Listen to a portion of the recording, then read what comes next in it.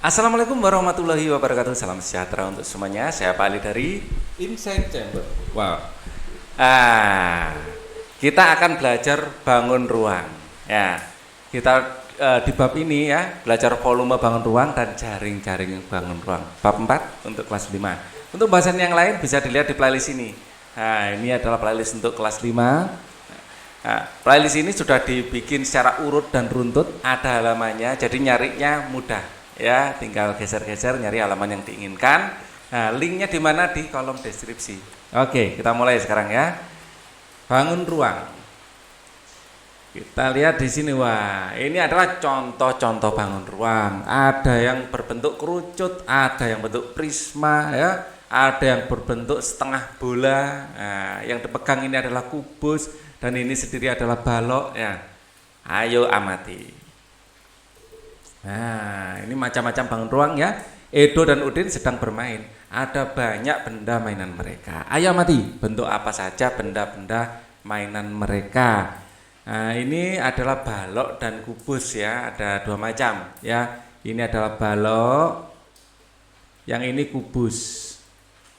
Nah, nanti syarat-syarat dari balok dan kubus akan kita pelajari di ini di bawah. Oke, sekarang halaman 130. Ingat ya, halaman 130 dari buku Senang Belajar Matematika. Perhatikan figura kelasmu. Figura merupakan contoh benda yang berbentuk persegi panjang. Nah, kalau bentuk seperti ini dua dimensi, ya, dua dimensi.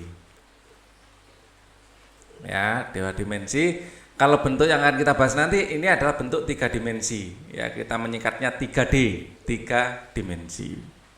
Ya. Sebuah persegi panjang memiliki dua pasang sisi yang sejajar. Nah, dua pasang sisi yang sejajar sisi mana? Sisi AB sejajar dengan sisi DC. Ya, sisi AD sejajar dengan BC. Ya, dan selain sejajar juga sama panjang. A sama B, ya, AB ini panjangnya sama dengan BC. Ya, AD sama dengan BC. Nah, gitu ya. Pada bangun datar, sisi merupakan garis yang membatasi bidang. Ya, jadi pada persegi panjang ada sisi di atas sisi-sisinya adalah AB, ya, AB, terus kemudian sisi BC, ya, kemudian sisi CD dan sisi DA. Nah, itu adalah sisi-sisinya. Oke. Nah, selain benda-benda yang berbentuk datar, di sekitar kita banyak sekali kita temui benda-benda yang merupakan bangun ruang. Nah, atau bangun ruang ini 3D. Kalau datar tadi 2 dimensi, ya. Datar ini 2 dimensi, 2D. Ya. Bungkus barang banyak yang berbentuk kubus dan balok. Ya. Kardus, biskuit, makanan tambahan untuk anak usia sekolah dasar ini berbentuk balok. Nah, ya kan? Balok, nah, namanya panjang. Balok A, B, C, D, E, F, G, H. Sama dengan bangun datar, nama dari bangun balok ini, ya, bangun ruang ini berdasarkan nama dari pojok-pojoknya, dari sudut-sudutnya. Ya, jadi ini kita menyebutnya balok A, B, C, D, E, F, G, H. Balok merupakan contoh bangun ruang. Balok memiliki 6 sisi. Ya, saya contohkan misalnya ini balok, tempat kacamata ini juga balok. Sisinya ada berapa? Atas 1, ya, bawah 1, 1, 2, depan 1, 3, bawah belakang 1, 4, sebelah kanan 1, sebelah kiri 1. Jadi total 6. 1, 2, 3, 4, 5, 6. Ada 6 sisi. Ya, oke, kita lanjutkan. Nah, pada bangun ruang, sisi merupakan bidang yang membatasi bangun. Ya, sisi ya, namanya sama-sama sisi, tapi beda pengertian. Sisi merupakan bidang yang membatasi bangun, bukan garis. Kalau sisi di sini tadi adalah garis, kalau sisi di sini adalah bidang. Oke. Sisi-sisi pada balok berupa bidang yang berbentuk persegi panjang atau sebagian berupa persegi. Nah, sisi persegi panjang di atas antara lain adalah ABFE. Ya, kita arsir ABFE. Dari ini sisi yang depan, nah, ini adalah sisi ABFE. Kita arsir. Nah, yang kita arsir ini adalah sisi ABFE. Yang dibatasi oleh garis AB, BF, FE dan EA. Nah, gitu ya. Dapatkah kamu menyebutkan nama-nama sisi lainnya? Ya, selain sisi ABFE juga ada alasnya ABCD.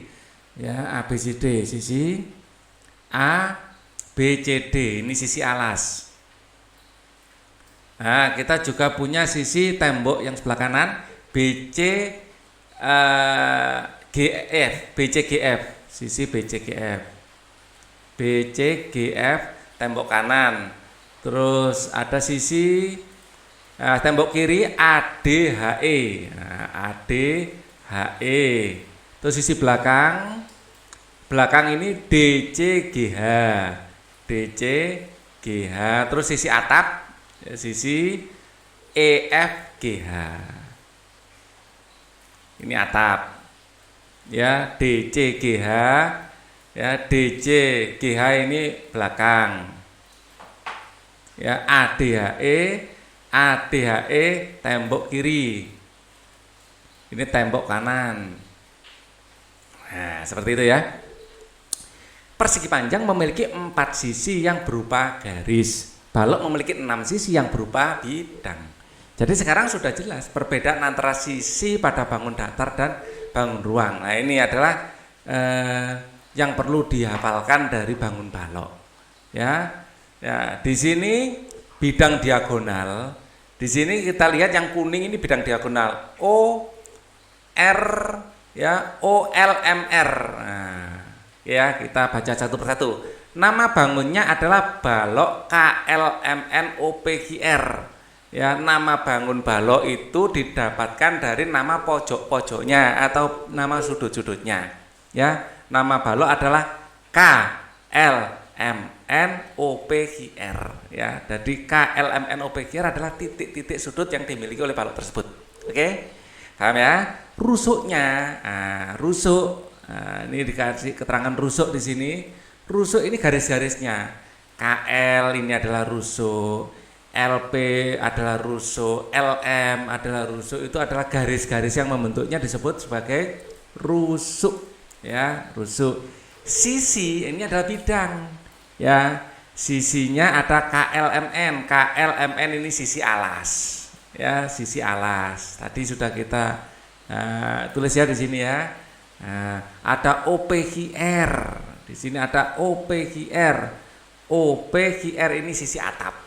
Nah, ada KLPO. KLPO sisi depan. Nah, NMGR. NMGR sisi belakang. Ya, ini bidang frontal, ini bidang belakang ya. LMGP. LMGP. Nah, ini sisi tembok kanan. KNRO. KNRO tembok kiri. Ada atap OPGR tadi sudah ya. Oh, sudah OPGR atapnya. Terus ada titik sudut. Titik sudutnya ada KLMNOPGR adalah titik sudutnya di pojok-pojoknya. Ya, itu titik sudut. Ya. Terus ada diagonal sisi. Ya, KL ini LG adalah diagonal sisi, yaitu diagonal yang berada di sisi. Ya. Bisa PM ini juga diagonal sisi, macam-macam. Mau KP ini juga diagonal sisi, mau OL ini juga diagonal sisi, mau OH ini juga diagonal sisi, mau RP nah, itu juga diagonal sisi ya. Pokoknya diagonal yang ada di sisi. Terus ada diagonal ruang yang menembus ruangan. Dari RL ini adalah diagonal ruang, dari O ke M ini juga diagonal ruang. Pokoknya yang menembus itu adalah diagonal ruang. Ya, terus dari K ke H ini juga diagonal ruang. Ya, yang menembus seperti itu ada diagonal ruang. Ya, kita lanjutkan. Bidang diagonal. Ya, bidang yang merupakan diagonal. Di sini disimbolkan OLMR. Nah, ini adalah bidang diagonal. Jadi, seperti itu membentuk sebuah bidang yang warnanya kuning itu. Nah, kita cari satu lagi yang merupakan bidang diagonal. Ya, saya pakai warna biru karena di sini sudah ada warna biru. Nah, RK ya, ini RK ya. LGR ini juga bidang diagonal. Ya. RK LG. Nah, ini adalah bidang diagonal juga. Jadi Itu contoh-contoh bidang diagonal. Jadi bidang yang merupakan diagonal. Nah, oke ya, paham ya komponen-komponennya. Banyaknya masing-masing komponen balok ada sebagai berikut. Rusuknya ada 12 ya, rusuk ada 12. Kita hitung rusuknya ya. Di sini ada 1 2 3 4 di bawahnya, di atapnya juga ada 4 yang berdiri tegak. PL, GM, RN, OK ini adalah rusuk-rusuknya. Ya, berarti 4 kali 3. Yang 3 di alas, yang 3 di atap, yang 3 sebagai tiangnya. Nah, itu ya. Sisi ada 6. Kita tadi sudah menghitung sisinya ada 6. 1 2 3 4 5 6. Nah, titik sudut ada 8. Ya, ini sudah ya. 1 2 3 4 5 6 7 8. Titik sudutnya ada 8. Diagonal sisi ada 12. Ya, ini 1 2 3 4 5 6 ya. Bawah juga 7 8 9 10, belakang 11 12. Diagonal sisi ada 12. Diagonal ruang ada 4. Ya, yang warna kuning ini 1. Ya, terus ini bisa jadi diagonal ruang juga. Ya, ini apa? Oke, ini KNHP itu sudah 2 ya. Ya, 2. Terus bisa ini. Nah, ini juga bisa diagonal ruang. KLHR bisa diagonal ruang. Terus PN ya, ON, OPNM. Nah, ini juga bisa. Ya. Bidang yang membentuk diagonal di dalam. Ya. Jadi ini ada 4 bidang diagonal ruang. Maaf, diagonal ruang itu yang ini. Itu tadi bidang diagonal ya. Diagonal ruang itu RL, ya ini diagonal ruang, terus kaki ini diagonal ruang, terus HM diagonal ruang, dan PN itu diagonal ruang. Ya, itu diagonal ruang. Nah, yang Pak Ali tadi ini adalah bidang diagonal. Ya, bidang diagonal. Atau kita absen saja ya diagonal ruangnya. Ada RL, ada kaki, ya ada RL. Di sini RL, kemudian kaki, ada 4 ya. RL, kaki, PM dan PN, OM dan PN, OM dan PN, OM dan PN. Kalau bidang diagonalnya, bidang yang membentuk diagonal bisa OLMR, ya, ya bidang diagonal bisa OLMR.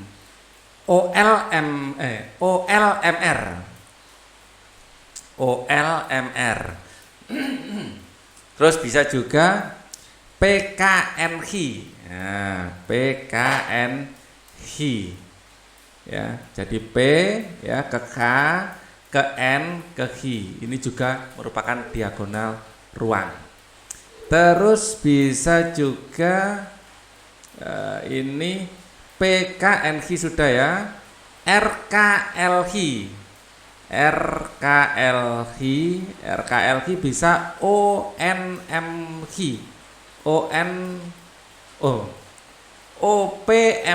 OPMN. Nah, bisa OPMN, ini juga diagonal ruang. Ya, itu diagonal ruang ya, ini ke sini. Nah, ya, OPMN. Terus ada lagi mana? Kita ketemu 4 ya masih. Coba PKNM sudah ya, PKNH sudah, PKNH sudah. Terus nah ini RPLN.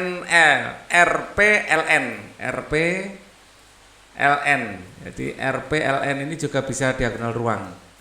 Ya, pasangannya adalah OHMK. OHMK. Jadi 1 2 3 4 5 6 ya. Oke. Total ada 6. Dah. Keenam komponen pada tabel di atas sekaligus merupakan sifat-sifat balok. Balok memiliki 12 rusuk, 6 sisi berbentuk persegi panjang dan seterusnya. Adalah sifat lain yang menjadi ciri balok, yaitu memiliki 3 bidang sejajar. Ya. Nah, 3 bidang sejajar itu apa? Atap dengan alas itu sejajar, tembok depan, tembok belakang sejajar, tembok kiri, tembok kanan juga sejajar. Ya, itu ya, bidang yang sejajar. Kita lanjutkan. Nah, rusuk balok. Perhatikan rusuk yang sejajar dan sama panjang pada balok KLMN OPGR. Ingat, nama balok itu didapatkan dari nama sudut-sudutnya. Ya, KLMN OPGR. Rusuk-rusuk yang sama panjang, KL dengan NM, KL dengan NM sama panjang juga dengan OP dan RI sama ya. Terus KOLP ya, ini yang sama panjang saya kasih merah ya. KL saya kasih merah, sama panjang dengan NM saya kasih merah, sama panjang dengan OP sama dengan OI. Sekarang saya akan gunakan biru. KO ya, ini sama panjangnya tiangnya itu ya, sama panjang dengan PL atau LP, sama dengan MI ya, sama panjang dengan RN gitu atau NR, ini sama panjang. Terus sekarang saya akan gunakan hijau. LM mana LM? LM ini sama panjang dengan KN ya, sama panjang dengan OR ya, sama panjang dengan PH, sama panjang. Ya, paham ya? Terus rusuk yang sejajar. Rusuk yang sejajar KLNM ya, KL selain sama panjang juga sejajar. Ingat ya. Jadi yang merah sejajar dengan yang merah, yang biru sejajar dengan yang biru, yang hijau sejajar dengan yang hijau. Sama ya. Oke. Jadi selain sama panjang juga sejajar.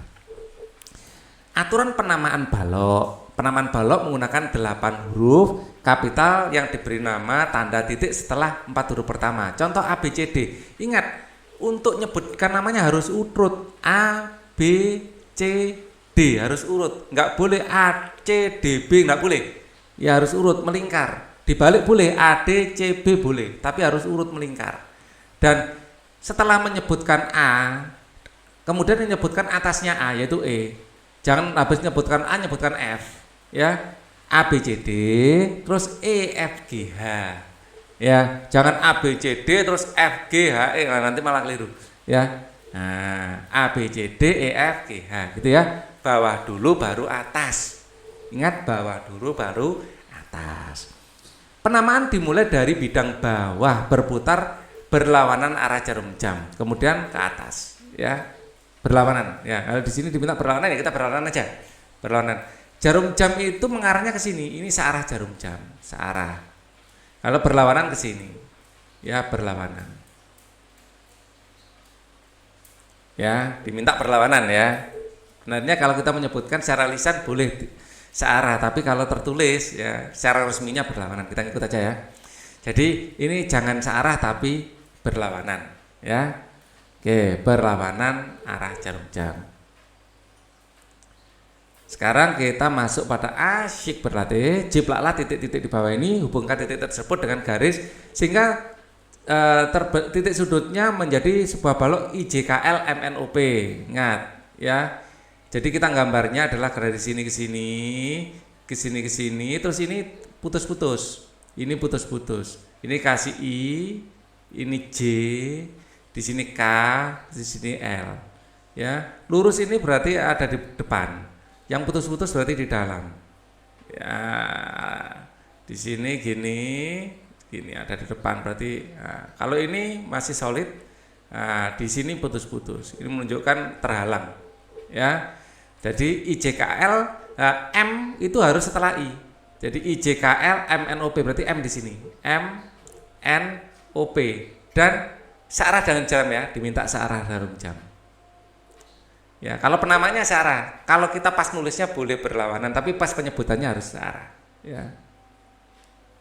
Oke, yang jelas harus urut dan searah jarum jam. Berlawanan arah jarum jam harus urut dan berlawanan arah jarum jam. Ya, selain itu bawah dulu.